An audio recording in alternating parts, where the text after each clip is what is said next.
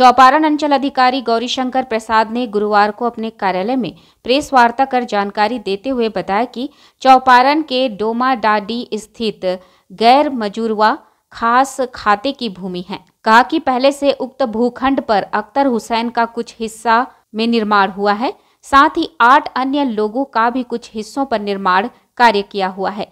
बताया वरीय पदाधिकारी अपर समाहर्ता हजारीबाग द्वारा उक्त भूमि पर सुनवाई हो रही है। सुनवाई के क्रम में हमारे पास आदेश प्राप्त है कि उस भूखंड पर नवनिर्माण का कोई अधिकार नहीं किया जाए। आदेश के अनुपालन में अंचल कार्यालय द्वारा उक्त भूखंड पर निर्माण कर रहे समस्त लोगों को आदेश की सूचना नोटिस के माध्यम से करा दी गई है। इस बीच अख्तर हुसैन द्वारा उक्त भूखंड पर निर्माण कार्य प्रारंभ कर दी गई। इसकी जानकारी स्थानीय लोगों के द्वारा दी गई। तत्पश्चात से सीआई राजस्व कर्मचारी और अमीन द्वारा उसके काम को तत्काल बंद करवा दिया गया। काम बंद करवाने के बाद भी अख्तर हुसैन उक्त भूमि को हासिल करने का कुप्रयास करने लगे।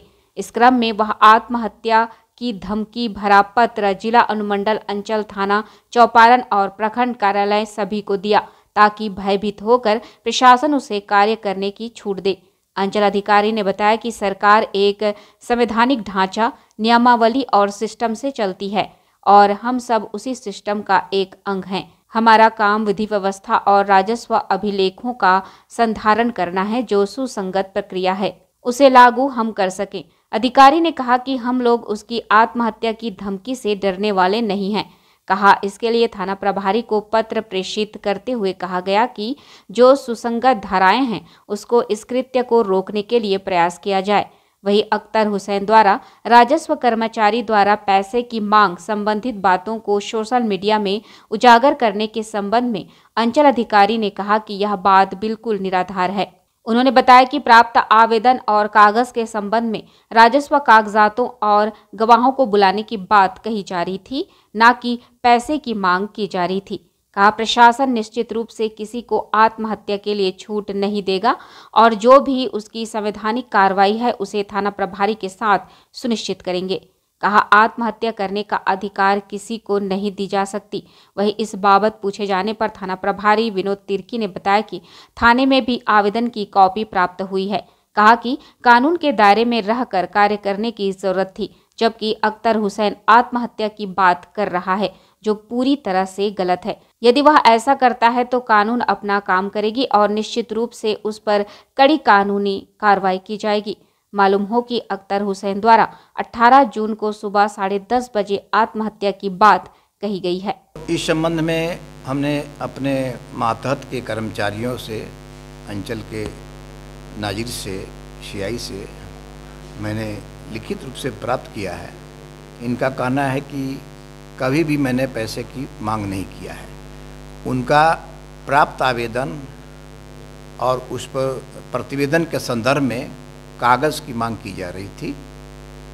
उनके आवेदन को आए हुए बहुत दिन हो चुका था, विलम्ब हो रहा था, इसलिए उनको फ़ोन करके राजस्व कागजातों की और गवाहों को बुलाने की बात की जा रही थी। इस तरह से कोई भी पैसे की मांग की बात नहीं है। सरकार संवैधानिक ढांचा से चलती है, सरकार एक नियमावली से चलती है, सरकार को चलाने का एक तरीका है।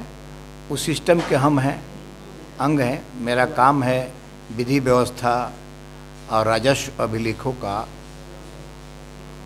संधारण करते हुए जो सुसंगत प्रक्रिया है उसको लागू करें। तो इस तरह से उसके धमकी में हम लोग नहीं आने वाले हैं और धमकी के तहत यदि आत्महत्या का प्रयास करेगा तो इसके लिए थाना प्रभारी महोदय को भी हमने पत्र दिया है और बोला है कि जो भी सुसंगत धाराएं हैं उसको इस कृत्य को करने के लिए और रोकने के लिए अपने स्तर से प्रयास किया जाए। अख्तर हुसैन का आत्महत्या के संबंध में आवेदन हमारे थाना में भी प्राप्त हुई है, अंचल अधिकारी के पास भी प्राप्त हुई है, प्रखंड विकास पदाधिकारी एवं अनुमंडल पुलिस पदाधिकारी के पास भी प्राप्त हुई है।